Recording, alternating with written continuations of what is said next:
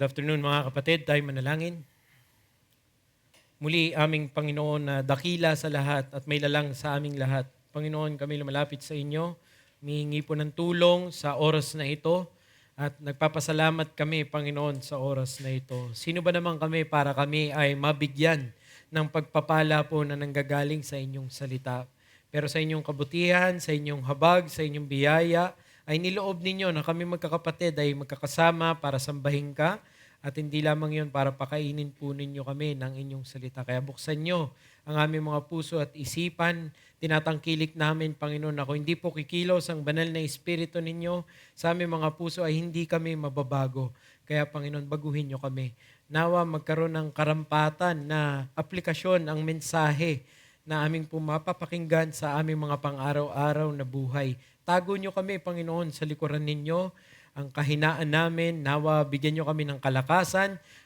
Sa kabila ng malamig na panahon ay nawa nagiinit at nagbabaga ang aming mga puso para po sa aming pananampalataya at sa pagsamba sa inyo. Lord, we are giving ourselves to your word. Give your word to us. These things we ask in Christ's name. Amen. Atin pong ituloy ang ating pag-aaral sa Acts chapter 16 sa ating exposition, Acts chapter 16 verses 25 to 40. Muli basahin natin ang mga talatang ito, Acts 16:25 to 40. About midnight, Paul and Silas were praying and singing hymns to God, and the prisoners were listening to them. And suddenly there was a great earthquake, so that the foundations of the prison were shaken. And immediately all the doors were opened, and everyone's bonds were unfastened. When the jailer woke and saw that the prison doors were open, he drew his sword and was about to kill himself, supposing that the prisoner had escaped. But Paul cried with a loud voice, "Do not harm yourself, for we are all here." And the jailer called for lights and rushed in, and trembling with fear, he fell down before Paul and Silas. Then he brought them out and said, "Sirs, what must I do to be saved?" And they said, "Believe in the Lord Jesus, and you will be saved, you and your household." And they spoke the word of the Lord to him and to all who were in his house. And he took them the same hour of the night and washed their wounds, and he was baptized at once, he and all his family. Then he brought them up into his house and set food before them. And he rejoiced along with his entire household that he had believed in God. But when it was day, the magistrate sent the police, saying, "Let those men go." And the jailer reported these words to Paul, saying, "The magistrates have sent to you to let you go. Therefore come out now and go in peace." But Paul said to them, "They have beaten us publicly and condemned, men who are Roman citizens, and have thrown us into prison. And do they now throw us out secretly? No, let them come themselves and take us out." The police reported these words to the magistrates, and they were afraid when they heard that they were Roman citizens. So they came and apologized to them, and they took them out and asked them to leave the city. So they went out of the prison and visited Lydia. And when they had seen the brothers, they encouraged them and departed. Ito po muli ang ating pagbubulay-bulayan. As you remember, if you recall, last week, ito po ay isang paragraph o isang pericope na may isang narrative. This part of the passage, this passage of Acts is part of the section in what we famously call the second missionary journey of Paul. Tandaan natin that they already answered the Macedonian call and they arrived at Philippi, a city of the said Roman province. So Philippi is a city sa probinsyang iyon. By the way, the capital of Macedonia is Thessalonica. So hindi pa sila nakakarating doon. Paul and Silas, if you would remember, were unjustly maltreated in prison in the previous paragraph just because they exercised the lindobler of their time. Meron silang in-exercise na babae na profit-making, possessed slave girl nung mga rulers, at dahil dito sila ay pinagbintangan at pinatungan ng mga kung ano-anong akusasyon, at sila ay binugbog at inimprison. In our passage na binasa natin, you would remember we saw what God did. And what did God do? He miraculously sent them a supernatural event, so supernatural that even their very posas ay nabuksan. Pero walang lumabas. Kasi may pakay yung mayakda, bakit ganito ang mga nangyari. May pakay ang Panginoon. We saw, as we listened last week, what was meant to be exposed in that supernatural event is not the freedom or the convenience of the apostle and the missionaries. What was meant to expose was a greater need than their freedom. And what is that? It was to authenticate the gospel message. Nangyari ang mga milagrong iyon para patunayan na ang itinuturo nila Pablo at nila Silas ay ang mga katotohanan na nanggagaling sa Panginoon.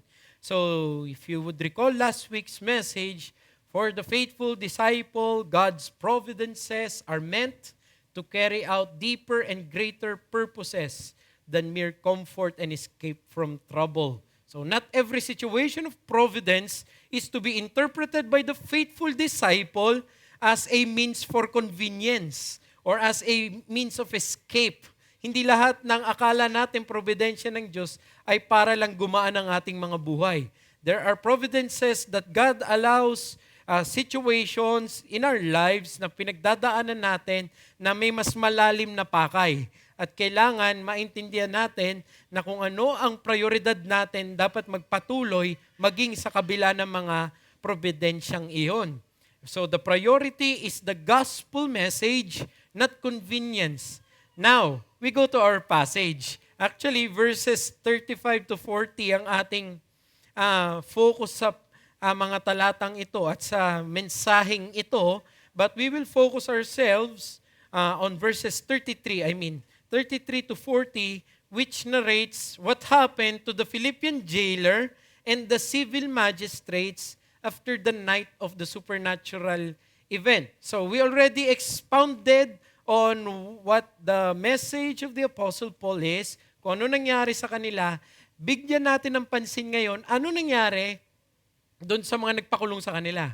At ano nangyari doon sa naligtas dahil sa mga supernatural na mga occasions na ito na pinahintulutan ng Panginoon. Now, in our passage, we see two opposite reactions from each other. One reaction was filled with joy for all that transpired during the night. Yung isa ay punong-punong kagalakan dahil sa mga nangyari nung gabing iyon. Pero as we have read, yung kabila naman, the other reaction were filled with dread. Dread. Natakot.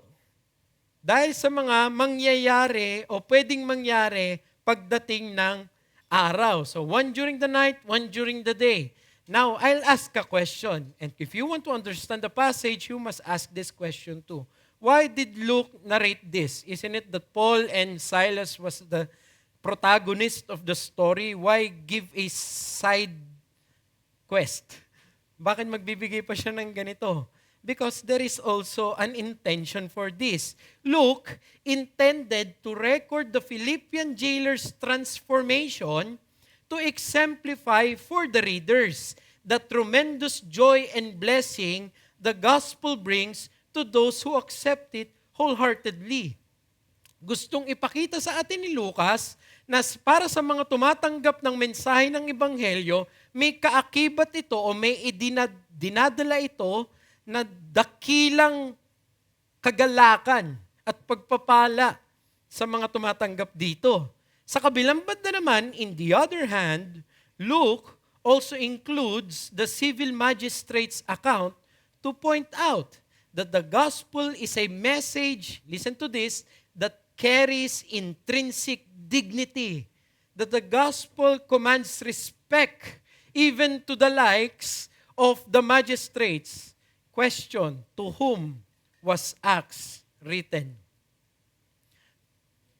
To Theophilus, another officer, another siguro big time na tao na kaibigan ni Luke. So pinapakita niya na ang ebanghelyo ginagalang hindi lang ng mga tumatanggap dito, pero dahil kagalang-galang ang ebanghelyo. At dahil ito'y kagalang-galang, dapat ang mga bumibit-bit nito o kumakarga ng ebanghelyo ay dapat may kaalaman na ipaglaban at panatiliin ang dignidad ng ebanghelyo. And that's what we're going to see. We see here a message na ng ebanghelyo na hindi lang pala ito nakakaapekto para sa mga tumatangkilik sa ebanghelyo. The gospel actually affects even those without it. That's the title, the gospel that affects those within and without. Sinisikap kong Tagalogin, nahirapan ako. So, kayo na lang po sa mga isipan ninyo. Basta ang ebanghelyo, naapektuhan niya hindi lang ang mga tumanggap dito, pero pati yung mga tumanggi. Pati yung mga nasa labas nito. Meron silang pananaw sa ebanghelyo na kailangan nilang maintindihan. In verse 37, the way Paul and Silas rejected the offer to silently walk away was meant to do something. Napansin ninyo? Kung ikaw yung naka-imprison at sinabi na nung warden, sinabi na nung lahat ng mga opisyales, lumabas ka na dyan, anong gagawin mo? Ay, lalabas na ako. Namimiss ko na yung pamilya ko, namimiss ko nang kumain sa KFC or whatever, kung ano man yung gusto mo nang gawin. But not this particular passage. If you would remember Acts chapter 12, Peter was also imprisoned. Pero ano nangyari? When there was a supernatural event, Peter went out. Actually, unknowingly nga eh. Hanggang nandun na siya sa third gate, lumagpas na siya. Alam ko na talaga na supernatural ito. Talagang niloob na ng Diyos. So, pero dito sa kanila, may supernatural din na opening, pero hindi sila lumabas. Bakit ganoon? Meron itong ipinapakita. It is to show the importance of a very important thing. And what is that? The importance of keeping the gospel testimony unblemished, even for those onlookers and outsiders from the church. In other words, the gospel not only brings great changes for its recipients, it also maintains a testimony against those who reject it. Ito ang ating ebanghelyo. Hindi lang siya nagbibigay ng pangloob na pagbabago sa atin, pero meron din siyang pinananatiling patotoo kahit sa mga tumatanggi dito. Itong lesson natin, the gospel will bring great delight to those who receive it, and it will strive for a clear testimony even for those outside of it. I cannot phrase it in a simpler way. Ang ebanghelyo ay magdudulot ng matinding kaligayahan sa mga tumatanggap nito, at ito din ay magsusumikap magkaroon ng mabangong patotoo maging sa mga nasa labas nito. Ito pong ebanghelyo natin. Hindi lang po siya concern sa kung ano ang mangyayari sa atin. Pati sa labas, meron siya magiging epekto. You know, real gospel change is not, according to some churches, ang tunay na nabago ng ebanghelyo, magkakaroon ng prosperity, wellness. That it's not authenticated by prosperity and wellness it brings. Remember, what happened to the Philippian jailer after he got saved? Was he no longer a Philippian jailer? He was still a Philippian jailer.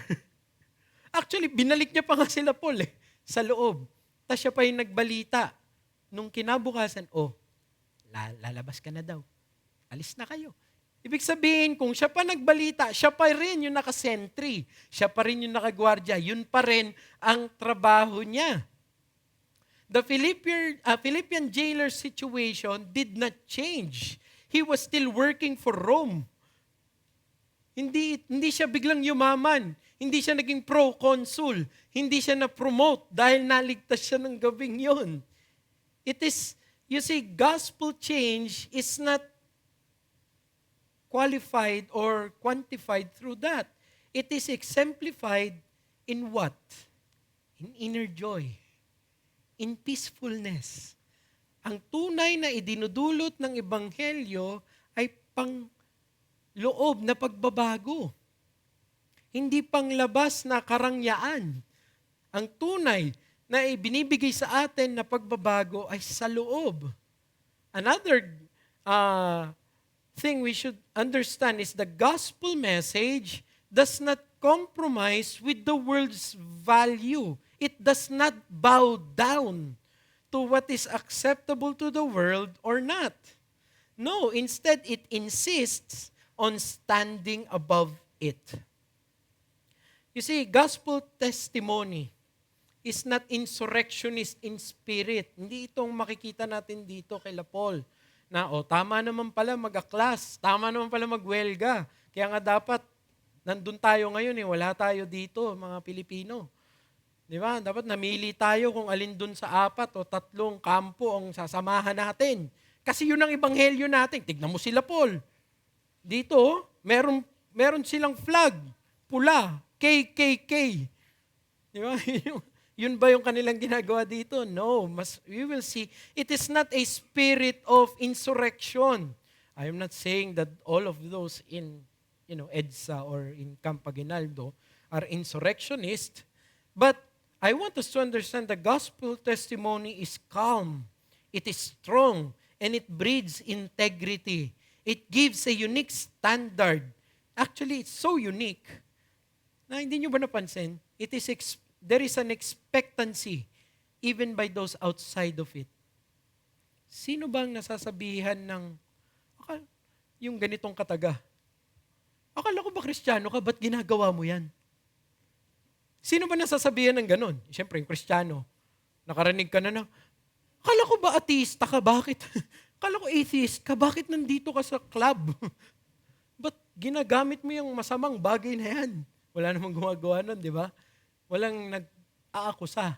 Bakit? You know what's the implication of that? The gospel has claims that is, whether they like it or not, those who reject it actually affirms it. Na dapat ito yung pamantayan. May certain standard of holiness na kailangan siyang i-maintain. You see, the gospel faithfully preached will have an impact both to those who receive and those who reject it. So let's ask the question, how does the gospel impact those around it? And the answer is, it changes men inwardly and it affects even those without it. Una, paano ito changes man inwardly? Makikita natin ito sa Philippian jailer's radical transformation. Let's read verse 33 and 34 again. And he took them in the same hour of the night and washed their wounds. And he was baptized at once, he and all his family. That's amazing in and of itself. Then he brought them up into his house and set food before them. That's more amazing in and of itself. But then, tinuloy pa ni Luke. And what did he say? He rejoiced along with his entire household that he had believed in God. Brothers, this is one sentence. Alam mo yung bago ito dinescribe, anong ginagawa ng Philippian jailer? What is he doing? What is he about to do? Just imagine with me. Ano ang gagawin niya? Di ba kukuha na siya ng sword?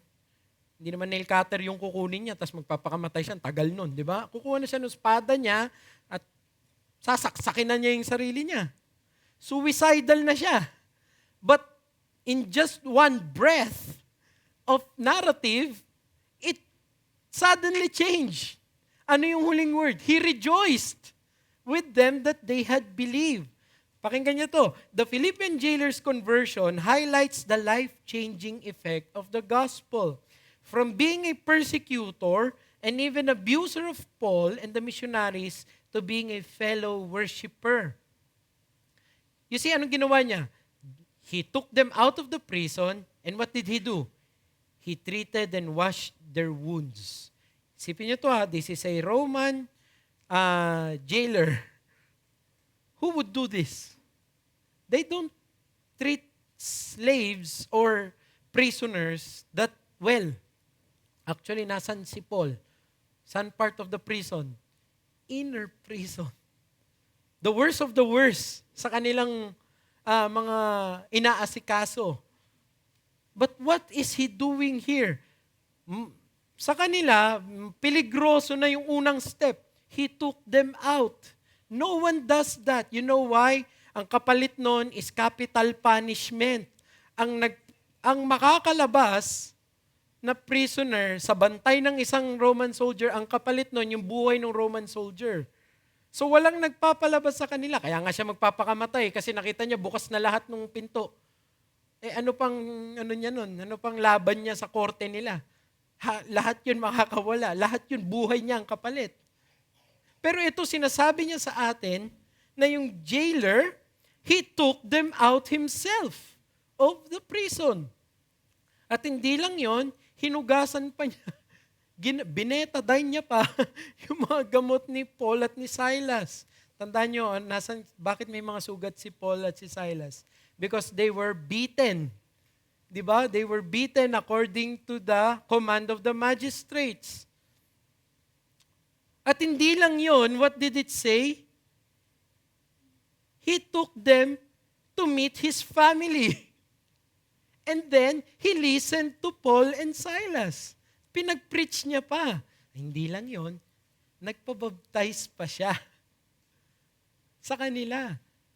Alam niyo yung mga pinapakita niya dito? And then, more than that, sipin niyo lang po ito, more than that, anong ginawa nila? Sige na, nabaptizean na ako, okay na ako. Diba? So, alam mo yung typical na natin ngayon, soul-winning mode ng easy believism? Pag umabot sa baptism, ano na yun? Very wow na yun. Balibalita na yun sa church. Tapos i-claim na natin. Disciple ko yun. Eto, binaptizan, hindi lang yun, alam mo yung ginawa, pinaghain pa niya. Siya pa yung nag-initiate na, hindi, dito kain muna kayo. You see, they do not do that. Actually, one of the things the Romans doesn't like to share in their culture is their food. They would rather share their wife than their food. So to be shared with food is something na may message. Hindi katulad sa atin. Hindi katulad tayo, mga magkakapatid. Madali lang. Di ba? Wala naman special, di ba? Pag kumain tayo, nilibre kayo, wala lang. Sino sa inyo yung eternally grateful pag nilibre ng 92 degrees sa ano dyan? Wala, common lang sa inyo yun eh. Di ba? Yung iba nga, assume na eh. Basta sumama yan. Libre niya yan. Ganun na. Ganun na.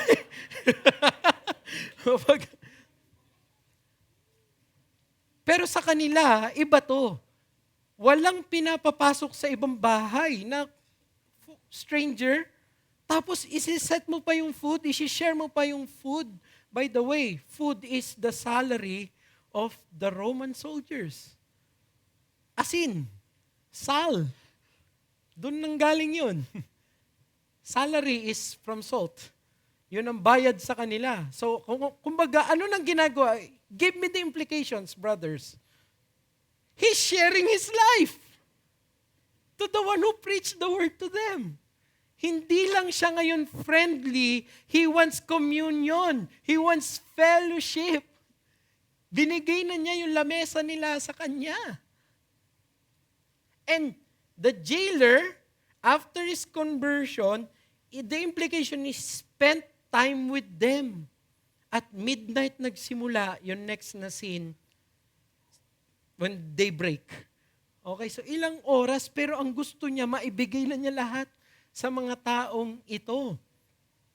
After his conversion, offered Paul and Silas hospitality in his house. In other words, he started sharing his life. There is a very important point here in the next description. Tignan nyo what happened. Verse 34, he brought them up into his house and set food before them. You should be thrilled with this phrase. And he rejoiced along with his entire household that what? He had believed in God. Kayang-kaya niyang i-share yung buhay niya sa mga prisoner na ito because he has something greater. He has something he shared with them. What's that? Faith in God. Hindi niyo yata naiintindihan to kung gaano ka drastic yung nangyayari. Alam niyo kung bakit? Because we take it for granted na yung katabi mo ngayon, Kristiyano. Sa panahon nila, sinong Kristiyano? Sa panahon nila, sinong nakakaintindi ng nangyari sa kanila? Siguro mas maintindihan nyo ganito. Isipin ninyo walang Lord's Day. Isipin niyo natupad ang communist 8 days a week work scheme. Walang worship. Gagawin nyo lang magtrabaho. Okay, magtatrabaho kayo for 8 days, bro. Kausapin mo ngayon, sino?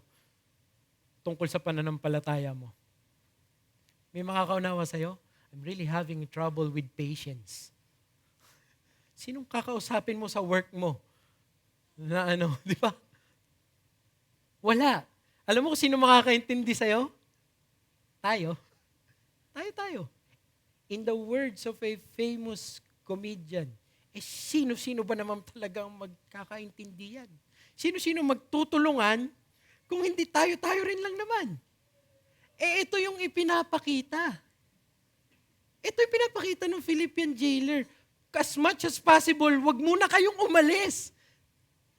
Because there's something so great that happened to me. And you understand.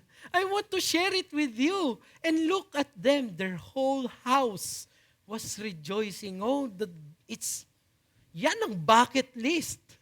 I wish my whole household there will come a time they are rejoicing in the table because of their faith. Napakaganda ng pinapakita dito na ginawa ng Ebanghelyo. He rejoiced. Alam niyo yung ginamit ni Luke doon na rejoiced? It's agalyao. Ang Greek na yon is not rejoicing na parang pag nanood ka ng comedy bar, yung nangyayari sa mga tao. Naghihiyawan sa tawa. Alam mo yon, yung natatawa na talaga. Hindi yun yung rejoicing dito. Hindi ito yung rejoicing na parang nanalo ang Inebra sa PBA. Parang ganon. No. Ang rejoicing dito, always in the New Testament, pag ginamit yon, it signifies inner spiritual joy. Remember Matthew 5:11, when rejoice, sabi ni Christ, for so persecuted they the prophets who were before you. Ang sabi ni Christ. Yung rejoice na yon, agalyao din yon. Alam nga naman rejoice na yun na kumbaga tumawa ka lang. Pinersecute. Parang gano'n. That's not the command of Christ. In that particular part of the Sermon on the Mount, what is the command of Christ there?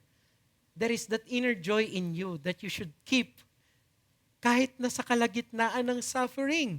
Actually, 1 Peter 1 verse 6, anong sabi niya? In this, sabi ni Peter, you rejoice, though now for a little while, if necessary, you have been grieved by various trials. That's oxymoronic. Rejoice, grieve. There are trials, but you can still rejoice. The New Testament is consistent with the usage of this. Pag ginamit yung rejoice na ito, hindi ito yung parang, yun nga, alam nyo na, itbulaga kind of rejoice. This is inner joy, inner peace, inner calmness. Hindi lang ito peripheral happiness. It's something deeper. It is joy that cannot be taken away. So, remember, the jailer, his present vocation did not change. But why is it that he was the one who exemplified rejoicing? Tama? Hindi naman siya inutusan ni Paul mag-rejoice. Sila mismo ang nag-rejoice. You know why? because there is much more meaning for his life now. What happened to his family? They got saved. I ask you a question. Baka hindi ko alam kung intent lang kayong nakatingin sa akin o nasa Cubao na kayo. Ewan ko. Naligtas ba kayo? You remember that there's something inside you that's caught beneath the surface. Controlling, consuming. Linking Park yun, yung lyrics na yun. Pero, alam niyo yun, yung hindi nyo alam, may paliwanag, what's this? It's as if the world has changed. It's as if I'm going to be okay. That whatever happens, I've been saved. At yun yung nangyari sa kanya. He rejoiced along with his household. There is greater purpose to live since he and his family have true liberty now. It did not change their situation. Hindi sila nagkaroon ng bahay, hindi sila nagkaroon ng bagong kotse o kung ano. Wala. Actually, nabawasan pa nga sila economically kasi kinain pa ni Paul at ni Silas yung pagkain nila eh. Kumbaga, lugi pa sila kapag economics lang ang pinag-uusapan. Pero bakit ang saya-saya nila? Because they already achieved the greatest of their needs. The salvation of their souls. I hope hindi ito lumalagpas lang sa isip ninyo. When you read this, isipin nyo, wala pang mga masyadong Kristiyano, but here they are, real, na nabago, na-convert. At ano ang gusto na nilang gawin? What do they want to do? They want to share their lives to other believers. Maagang reprove o rebuke sa atin. Ang tagal na nating Kristiyano, pero hindi man natin kayang i-share ang oras natin o buhay natin sa mga kapwa natin. Nakakahiya tayo. Talo pa tayo nitong young Christian na ito. Kaliligtas lang, ilang minuto pa lang, ilang oras pa lang. Pero ang dami na niyang nagawa. Hindi ko sinasabi dito na pagbaba namin dito, hugasan niyo yung mga sugat namin nila, deacon. Hindi. But you see there the willingness to share what you have with those who are with you in the faith. Ito ang automatic nangyayari. Ito yung implikasyon ng Acts. Lagi, actually, consistent ng Acts na yung mga nananampalataya, they share everything in common. They live their lives together. Hindi yung para siya nag-register, tas umalis. Parang ganun lang ang ginawa niya. Nag-register, kasama nyo na, tapos umalis na. Hindi siya parang voter's ID lang. Ang Christianity natin, it's a family. You become part of the body. You become part of the family of Christ. And you cannot but help to share your joy. Not only in laughter. Brothers, there is great joy in Christian family, in Christian fellowship. And I do not mean na pag nag-fellowship tayo, laging nagtatawanan. Ask my friends, kapag ka-fellowship nila ako, laging may problema kami pinag-uusapan. But we come out, as far as I can say, we come out of there refreshed. Somehow blessed. Somehow blessed, pero nag-grieve siya. You know why? Because people understand. Nagkakaunawaan kayo. Ay, hindi lang pala ako ang may ganong problema. Ito palang kapatid na to, same kami ng problema. May problema rin pala sila sa tahanan. May problema rin pala sila sa fear of man or compromise or so on and so forth. And that's the blessing of having a community. Look, we should learn from this Philippian jailer. Imagine from being suicidal in one verse to being jubilant in another verse. From being hopeless to being so servant in another, so purposeful in another verse. What do I mean with all of this emphasis? Those who receive the gospel message will have unexplainable joy in their lives in spite of difficulties. Endangered pa rin yung buhay ni Philippian jailer, but there is an unexplainable joy. This joy that translates into sharing their lives with others. Here's the principle. Those who have faith in God will obtain unfettered joy. I intentionally use that word. Unfettered joy in their lives that will translate into hospitality. Sila na may mga tunay na pananampalataya sa Diyos ay magkakaroon ng kagalakang hindi nakaposas, hindi nakatanikala sa kanilang mga buhay na ito'y uusad tungo sa hospitalidad. Kaya nila ibigay ang kanilang mga sarili para sa iba. Unfettered, I say, for there is no circumstance that can take it away from them. You know, there are churches today that their index, hindi pala ito index, that their index for their growth is their ministry's vastness. Lawak. Dami. Ito ang church growth. Dami. But you know what? In the scripture, the real index is how deep that church's relationship is with their faith amongst each other. The New Testament writers did not say, yes, rejoice dahil marami kayo. No. Laging ganito. Rejoice for your partakers of the sufferings of Christ. Rejoice. And again, I say, rejoice. And where is that written? That's in Philippians actually. And you know where was that written? In prison. What's my implication? Hindi yun nangyari, hindi yun yung imprisonment na to. That's for the next imprisonment. Alam niyo yung point ko doon, but inalud ko pa yon. Consistency Paul. Ano man ang mangyari, free man siya or in bondage, there is reason for rejoicing. We can share with each other's lives. Are we living our lives in communion and fellowship with one another? Let me say this. Hospitality is the logical application of a joyful life.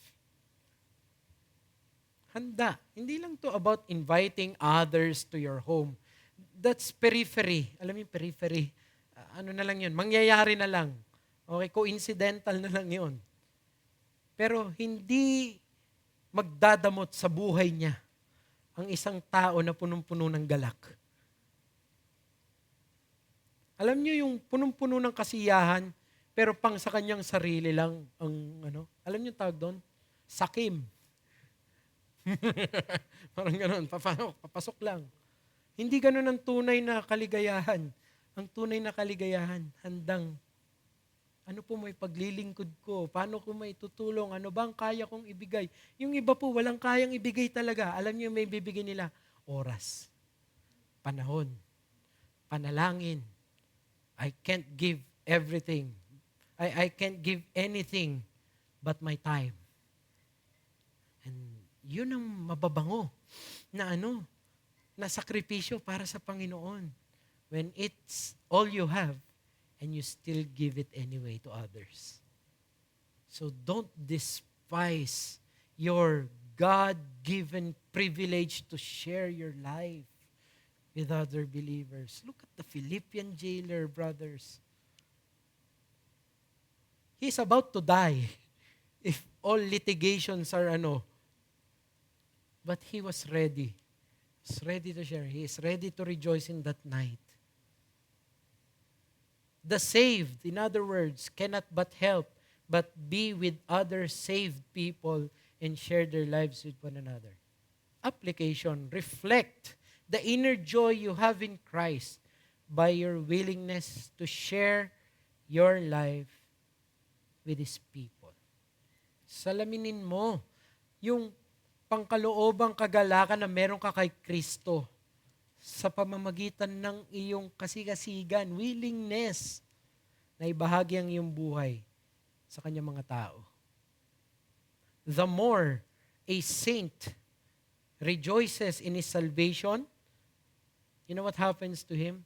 The more he longs for other people. The more he longs for the brethren. The more you dwell on the goodness and the greatness and the sweet-smelling aroma, the more you meditate on it, on what Christ has done, the more you want to share it, the more you want others to rejoice with you with that. Alam mo yung nahumaling? Ano nangyayari sa isang nahuhumaling? Kayong mga magkakadabarkads, mapapansin nyo naman, di ba? Anong nangyayari sa isang nai-inlove na? Nai-inlove na nagigisakim? Hindi Nai-inlove na, ibibigay na niya lahat doon. Kakalimutan ka nga niyan eh. Di ba? Yun na lang ang lagi niyang kasama. Kapag kayo magkasama, yun na lang ang lagi niyang binabanggit. Siya na lang lagi. Bakit? Nandun, nakikita na niya eh. At hindi niya kayang pigilan. Nagandang-ganda siya. O gwapong-gwapo siya. O hindi ko alam, cute na cute siya dun kay baby cakes niya or whatever. Hindi niya kaya mapigilan. Yun ang lalabas. At gusto niya i-share. Naalala ko nung ako ay... Wag na.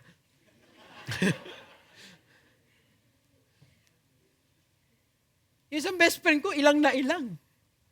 Paano? Kapatid niya yung nakainlawang. Bayaw ko na siya ngayon. Bayaw. Sabi niya, kakamot na lang si JP nun. Hindi ko naman pwede laglag yung ate ko. Paano yun? Pero kung hindi ko mapigilan. Siya yung, alam mo yun, buti na lang, libre yung Starbucks. Parang gano'n lang siguro iisip niya. Either way, lalabas. Gusto mo lang i-share. That's falling in love. Have you forgotten your first love? Have you forgotten how good your salvation is? Saang komunidad mo i-share yan na maunawaan ka? Tapos ayaw mo, ibigay yung buhay mo dito? Eto na, pinahihintulutan na tayo. Pinahihintulutan tayo magkakasama. Kailan mo gagawin na ibibigay mo yung sarili mo dyan? Sino makakaintindi sa'yo? Tayo nga yun eh. Naintindihan agad ito ng Philippian jailer. As much as we can, let's spend time with one another. Madaling araw na, kung may diabetes si Silas, pinakain niya po. Hindi nila alam, basta para sa kanya, dun lang kayo, magkakasama lang tayo. And they were just rejoicing. Sa atin, baliktad. Nagdodoxology pa lang, nandun ka na sa may... Joke lang. Walang gumagawa nun dito, naka-record baka inisip, SABC, ganun. Wala sa inyo yung ganun. Wala. Lahat kayo gusto manatili lang dito, di ba? Gusto nyo, sana nga 3 yung service, pastor eh. 2 Sunday school pass. Para ano. Tama ba? Ganun ba ang ating attitude? You see, the more you see the greatness of what happens to you in the gospel, the more you cherish that. The more you would long for fellowship. The more you would want to share with one another. Not anything financial. Maganda kung meron, pero just being there. Just asking. Just sharing. How can I pray? Ano bang challenges ngayon?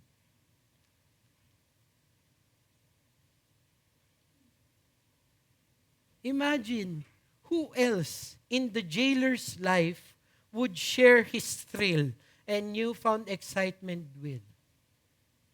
Wala. Sila lang. Sila lang nakakaintindi nung nangyari. And though there is not much change in his status, it did not stop him from being joyful. We ought to learn also that. Alam nyo, unhindered joy is one of the securest treasures of our Christianity. Hindi matatanggal sa atin ito. Magbago man, magregudon man ang Pilipinas, ngayon, mamaya o bukas, hindi maaalis yung galak na binibigay sa atin. Secure yun. Hindi yun matatanggal. Sabi ni Peter, 1 Peter 1, verse 8 and 9, though you have not seen Him, Christ, you love Him. Though you do not now see Him, you believe in Him. And listen to these words. And rejoice with joy that is inexpressible and filled with glory. Imagine the words of Peter. Obtaining the outcome of your faith, the salvation of your souls. Asking a question. Is there great delight seen in you, O Christian? Meron ka ba nito? Pag nakikita ka ng mga kapitbahay mo, ikaw ba yung, there's something inexplainable sa kanya. There is great rejoicing. Joy that is inexpressible, not contingent to circumstances, filled with glory. Why? Can a Christian have joy even though life is hard? Answer. Christ fills his heart. His joy is hidden in Christ. Dahil nandun si Kristo. So I ask, sa atin mga kaibigan dito, mga bisita o mga tao na hindi pa nakakilala, do you have this Christ? Do you have this joy? Alam mo yung hinahanap-hanap mo lagi sa mundo, gigising ka, try mong iwasan ng responsibilidad dahil gusto mong sumaya. Alam mo yung gusto mong yon, hindi yan mapupunuan ng kahit na ano dito sa daigdig na ito. That's a marker. That's a pointer na tinuturo ka there is something missing. And the only thing that can occupy that something missing is found in the cross of Christ. It's only in obtaining salvation na meron kang tunay na kapayapaan, na magkakaroon ka ng tunay na kagalakan. Ito yung hindi mawawala. Nasa iyo ba ang Kristong ito? Naitanong mo na ba kagaya ng Philippian jailer, yung tanong niya, sirs, what must I do to be saved? At ginawa mo na ba yung sagot nila Paul, believe in the Lord Jesus Christ and you will be saved. May tanong ako sa ating lahat, anong kagalakan ang gusto nating ipamana sa ating mga pamilya? What joy are we showing that matters most in our lives? That we want to be our legacy sa mga pamilya natin, sa mga anak natin, sa mga kapatid natin? Is it joy that is contingent on money? Joy that is brought by worldly pleasures? Or is it joy that is coupled with peace in Christ? Do we have that joy? Are you being satisfied by supposed happiness offered in this world? Would you not rather partake of eternal joy? Itong isang hamon sa atin ng Philippian jailer.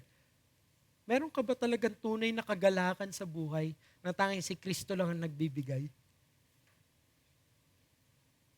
Alam niyo isa sa mga hinangaan at magaling na writer of the last century is C.S. Lewis. C.S. Lewis, according to his own statement, he was the most reluctant of converts. Nag-aatubili na maligtas. Nag-aatubili ba yung nag-hesitate? Ayaw niya. But you know what happened when he got saved? You can read his autobiography of his spiritual journey. You know what's the title of that spiritual autobiography? Surprised by Joy. That's the autobiography of his salvation. And joy, according dun kay C.S. Lewis, being a pointer to the real happiness na nung bata pa lang siya, hinahanap na niya. And he found that joy nowhere else but in Christ. In contrast to the fleeting happiness of the world, C.S. Lewis found the joy he was looking for only in Christ. This is going to be universal. Doon lang talaga mahanap iyon. There is radical transformation in joy. But I don't want to miss pointing out something. Here's number 2, the magistrates' terror for their injustice. Basahin lang natin po, 35 hanggang matapos. But when it was day, hindi natapos si Luke the magistrates sent the police. By the way, that's the first time ginamit sa Acts yung police, tapos hindi ko na alam saan sa New Testament pa. To my fellow preachers, I don't know. Pero dyan lang ginamit yan, hindi ko alam bakit. Okay, sent the police saying, let those men go. And the jailer reported these words to Paul, saying, the magistrates have sent to let you go. Therefore, come out now and go in peace. The implication is, nasa loob ulit sila. Okay, come out now Nilabas na niya nung una, ibig sabihin, binalik niya. Tapos nung nagumaga, labas na daw kayo. Go in peace. But Paul said to them, they have beaten us publicly and condemned, men who are Roman citizens, and have thrown us into prison. And do they now throw us out secretly? No, let them come themselves and take us out. The police reported these words to the magistrate, and what happened? They were afraid when they heard that they were Roman citizens. So they came, apologized to them, took them out, and asked them to leave the city. So they went out of the prison and visited Lydia, and when they had seen the brothers, they encouraged them and departed. Again, we have to say that Paul and Silas' refusal to get out of prison is not for reasons of personal gain or convenience. What is the most convenient thing to do? Nung bumukas yung mga selda nila, dapat umalis na sila. Pero hindi nga yun ang kanilang hangarin. Time and again. Hindi yun ang kanilang punto. Their point is that their message should not be misunderstood. The text presented a way out for the missionary team, but instead of taking it, they availed of a different right. What's that right? The right for a fair hearing. Sabi nila, no, let them come themselves and take us out. Maagang implikasyon, baka makarelate kayo. Ang mga mananampalataya, believers have the choice to invoke their rights as a citizen. Pwede. Actually, lahat ng members ng SABC pwede plead the fifth kung gusto nyo. Actually, pwede kayo sumama mamaya. Huwag nyo ko isama, pero kayo, kung gusto nyo. It's your citizen's right. But I say this, that believers have the choice to invoke their rights if it will help the gospel cause. Verse 35 ng binasa natin, ina-assume niya that the crowd and riot na nangyari ng mga naunang talata has subsided overnight. And that the magistrates, naisip nila, si Paul at Silas, itong mga panggulong ito, they have learned their lessons. So, anong ginawa nila? Sige, palayain nyo na. Itong mga to. Alam nila, sige, natuto na yan. Hindi na uulit yung mga yan. Ganun ang pananaw nila. But, what happened? The prisoners refused. What is the reason they refused to go out? Actually, even the jailer who was saved was satisfied with just setting them free. Sabi niya, sige, go in peace. Therefore, come out and go in peace. Hindi niya nakikita yung point nila. Ang verse 37, ito yung rason ni Paul. But Paul said to them, they have beaten us publicly and condemned men who are Roman citizens.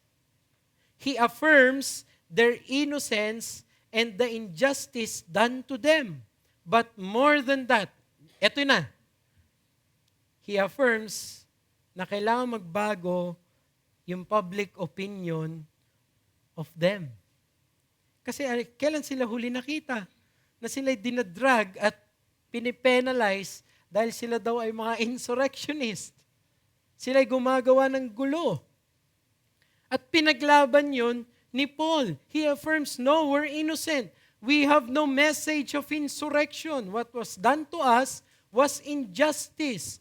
Yung ginamit sa verse 37, alam niyo kung ano yan. In my study, Paul here uses the same format to counter the charge to them in verse 20 to 21. Pag binasa mo yung verse 20 to 21, these are Jews na ganito ang ginagawa nila. So, ang sinabi ni Paul, we are Roman citizens. Kaya ang sabi niya, they have beaten us publicly, now they want to throw us out secretly. In verse 20 and 21, they were charged of customs not lawful. Ang sinasabi ni Paul dito, we are uncondemned. Actually, walang English term na yun. Pag nilagay mo yun sa Microsoft Word mo, kulay-pula yun na may ganun. Okay? Uncondemned. Hindi kami mga guilty na mga tao. At dahil sa pagkakasabi ni Paul na ito, na-realize agad ng mga magistrates. The magistrates fearfully realized what happened. Verses 38 to 39 is the turn of events. You know why? Bakit nagkaroon ng pagbabago ulit ito? Nakikita niyo yung lagi nangyayari. The Philippian jailer, biglang siya na yung humingi ng saklolo. Verse 38 and 39, ito mga nagpa-persecute, sila na ngayon yung takot. Because it's a showcase, itong ebanghelyo. At the end of the day, it has a testimony na hindi mapupunaan.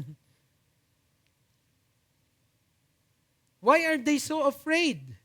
Because to unlawfully beat Roman citizens has grave consequences. Actually, inavail ni Paul yung pwede niyang i-avail sa karapatan niya. I am a Roman citizen. At hindi dapat nagkakaroon ng flogging or yung beating of rods sa isang Roman citizen, at least without proper hearing. By the way, our government is given to us by Rome. Rome ang nagumpisa ng mga ganyan, ng mga hearing in Senate. Sila ang nagumpisa niyan. To have Roman citizens be beaten has grave consequences. Alam niyo mangyayari, it may warrant the removal. Dahil sa pag may nangyaring ganon, mariremove sa office ang magistrates. Kada colony, may 2 magistrates. Pag nagkamali yun sa administration, pwedeng tanggalin yun ng Roman Empire. At hindi lang yun. Alam niyo yung pagkakamaling yun, may mas malalim pa. Pwedeng mawala ang Roman colony status. Alam niyo ibig sabihin nun, mawawalan kayo ng economy. Kunwari ako si Rome, tas ikaw si Philippi, at tinanggal ko yung pagiging colony mo, wala ka ng trade. Wala ka ng protection. Kaya sila takot na takot. Naku. Parang nagkamali. Hindi lang ito yung speaker nila, Speaker of the House nila, biglang nag-resign lang, tas siya, selfless act, ganun. Wala. Hindi, dito manganganib talaga ang marami pa. Napakalala nung kanilang ginawa. Pero, hindi yun yung point ni Paul. Ginamit niya ito for a deeper reason. Paul didn't exercise his right for vengeance. The motive remains the sanctity of the gospel message. Pakinggan niyo yung ESV Study Bible. Paul was concerned for the public reputation of his gospel message and also, no doubt, for the good standing of the church that was being established in Philippi. Ano ba nangyari sa Philippi? Bago pa lang yung iglesia. Alam naman magkaroon sila ng testimony na ayan yung mga panggulo. Kaya hindi niya hayaan yun. Ipaglalaban niya yung karapatan nila, sandali. Hindi kami narito para manggulo sa lipunan.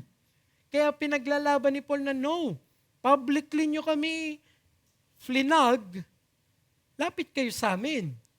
publicly nyo rin kaming i-acquit. Parang yun ang gusto nyo mangyari. Kasi bata pa yung church dito. Public vindication is insisted lest the people of Philippi continue to believe that he was a troublemaker and a lawbreaker. Paul wanted to be clear that Christianity is no threat to Rome. That's why he's exercising his right. Here's the principle. The believer is allowed to avail of his rights, especially when it is the gospel testimony that is at stake. It is not wrong to use the available means for us as citizens, but not in a way that the world uses it. The world uses it as means for personal revenge. No, pinakita na nila Paul. Remember what happened to them in Lystra? What happened to them in Iconium? They were stoned to death, beaten and left for dead. Anong point doon? Anong makikita natin dito? Willing sila na masaktan kung sila lang ang sasaktan. Pero ibang usapan kapag yung ebanghelyo na nila ang pinag-uusapan. There is willingness to absorb hurt to self, but there is readiness to defend what is our message. By the way, 1 Peter again said in 3:15, "But in your hearts honor Christ the Lord as holy, always being prepared to make a defense to anyone who asks you for a reason for the hope that is in you. So make sure your exercise of your civil rights are in line with the message you profess." Is it in line with the message you profess? O baka naman pati tayo, parang sa mundo rin. Dapat matuto tayo na tumanggap ng suffering, willing sufferer. Pero dapat marunong din tayo na ipagtanggol yung ebanghelyo, sandali lang. Stick and stones you can throw at me. But don't say that my gospel is Nakikita niyo yung mga apologists natin sa larangan. They don't mind if you insult them. They are strong not to insults to them. Actually, they're strong when there is error against the message. Pero kung patama mo sila, it's okay. Doesn't matter. You know why? Because the priority is not your well-being. It's not your convenience. It's the reputation of the gospel. It is the veracity of your message. So, what's the application? Be not vengeful in suffering, but by all means, make sure to fight for the testimony of the gospel. Kinote kanina ito, Romans 12:19, "Beloved, never avenge yourselves, but leave it to the wrath of God. For it is written, Vengeance is mine, I will repay, says the Lord." So we should be forbearing when we are attacked. But when the gospel is attacked, we should learn how to stand firm. Be more willing to defend the gospel than to defend your own selves. Baliktad tayo. Tama? We are more willing to defend our own selves than to defend our message. Tapang natin. Pag na-insulto lang tayo, magano yan, sent to all. Yung post niya, para kanino kaya to? Nagrarant tong kapatid na to. Paano? Na-insulto siya nung isang Pero pagdating sa ebanghelyo, hindi natin kaya tayuan. Andun na. Shesheran mo na. Binigay na ng Diyos yung oportunidad. Kayong dalawa na lang. Kaibigan mo na. Ayaw mo pa sabihin. Nahihiya ka pa. Pero pagdating sa sarili mong kapakanan, ang galing mo. Ang bilis mo ipagtanggol. Pero pag kailangan na sabihin yung katotohanan, doon ka na iiwas. Ay, dapat hindi ganoon. Accept hurtful words when directed at you. Do not retaliate. Be gentle. But when the gospel is being maligned or put in a bad light, we ought to protect it. Here is what the Apostle Paul and Silas is doing. It cannot be that we will have a testimony na kami yung mga panggulo, mga kabataan, ng mga miyembro ng iglesyang ito. Huwag nawang masabi na simula na naging miyembro ka ng iglesyang yan, mas lalo kang bumalang sa akin. Mas lalo kang gumaling, makipagsabatan.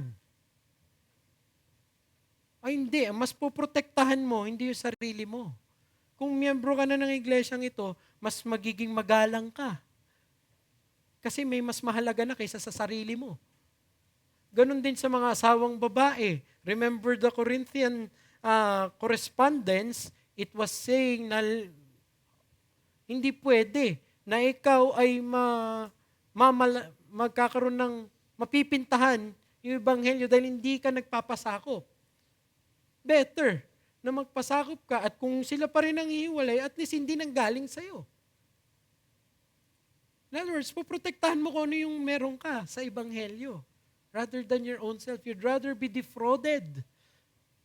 Di ba? Kapag nagkaroon ng problema, na gancho ka o na scam ka, you'd rather be defrauded rather than gumawa ka ng senaryo, skandalo, na ipapahiya mo yung pinanghahawakan mong ebanghelyo. Napakalayo ng ebanghelyo sa kulturang Pilipino, di ba? Napakabaliktad. So focus your energy on defending and protecting what matters most in your spiritual journeys. Sa atin, ng mga asawang lalaki, kanina ay dapat natamaan tayo sa mensahe tungkol sa init ng ulo at galit. Siguro kung ako si Simeon, baka triple yung curse. Oh, thank God for His grace. That unfettered anger, hindi unfettered joy unfettered anger. It should be more curtailed. You know why? Because you have a greater message than your own gentlemanly status. You have the gospel. Kaya dapat mas mahinahon ka. Mas okay lang na masaktan ka. Hindi kailangan manalo ka sa lahat ng argumento. Basta maprotektahan mo lang yung... Di ko na sasabihin, meron isa na kilala kong mangangaral na ang patotoo ng kanyang asawa ay ito. Simula daw nang nag-aral daw siya doon sa seminary na yon. Ang napansin niya, nabawasan yung init ng ulo niya. Sana ako yun. Winish ko. Sana masabi rin sa akin yun. Why? That's what the gospel does. It frees you na kaya mong bitawan yung sarili mo para lang sa what matters deeper. So we ought to live our lives that is consistent with the gospel. Kaya natin sabihin yung sinabi ni Paul? Kaya nating humarap at magpirmahan tayo ng mga salin? Parang ganun. Sige, suriin yung buhay namin. Kung meron kaming ginawang nag-defraud kami sa inyo. But this is how we ought to live our lives, gospel consistent. So imagine the gravity of the words of Paul to the church in Philippi. Nung sinabi niya sa Philippians 1:27-30, that you ought to live your life worthy of the gospel. So do you care more for the dignity of your church? Do you care more for the truthfulness of your message? Or you're just more concerned with yourself and your own reputation? Aplikasyon para sa atin, mga Pilipino. Make sure if you will exercise your right, and it is your right to exercise it. Ngayon, sa mga nangyayari sa bansa natin, make sure that you have considered the gospel first and foremost. More than anything else. Rather than personal retaliation, wag naman sana that you're out there na para kang, alam mo yun, the Red Queen sa off with their heads. Ganun ka. Wag naman sana. While we are allowed, pero sana ebanghelyo ang mas namamayagpag sa ating mga puso. You know, Christ was willing to let go of His own right and be ostracized even while hanging on the cross. There was this song na sabi niya na buti na lang nung kinutya ang Panginoon ng mga Pariseo, if you are the Son of God, come down from the cross. There is this country song that says, thank God He did not come down from that cross. Buti na lang nilet go niya yung right niya na ipagtanggol yung sarili niya para sa sake ng Ebanghelyo, para sa sake ng i-accomplish niya. All for the accomplishment of our salvation. So in this passage, here's the conclusion. Those who bear the gospel message must not only keep their joy amid suffering, they also must be concerned in protecting the name of Christ. Let us pray. Father, thank you for this passage. Help us to learn from the error of the magistrates and from the example of the Philippian jailer. May we exemplify joy and may we be emboldened to fight for our gospel message when the time comes for it. Help us to live our lives in integrity and with all sincerity, living our lives worthy of the gospel that has been entrusted to us. In Christ's name we pray.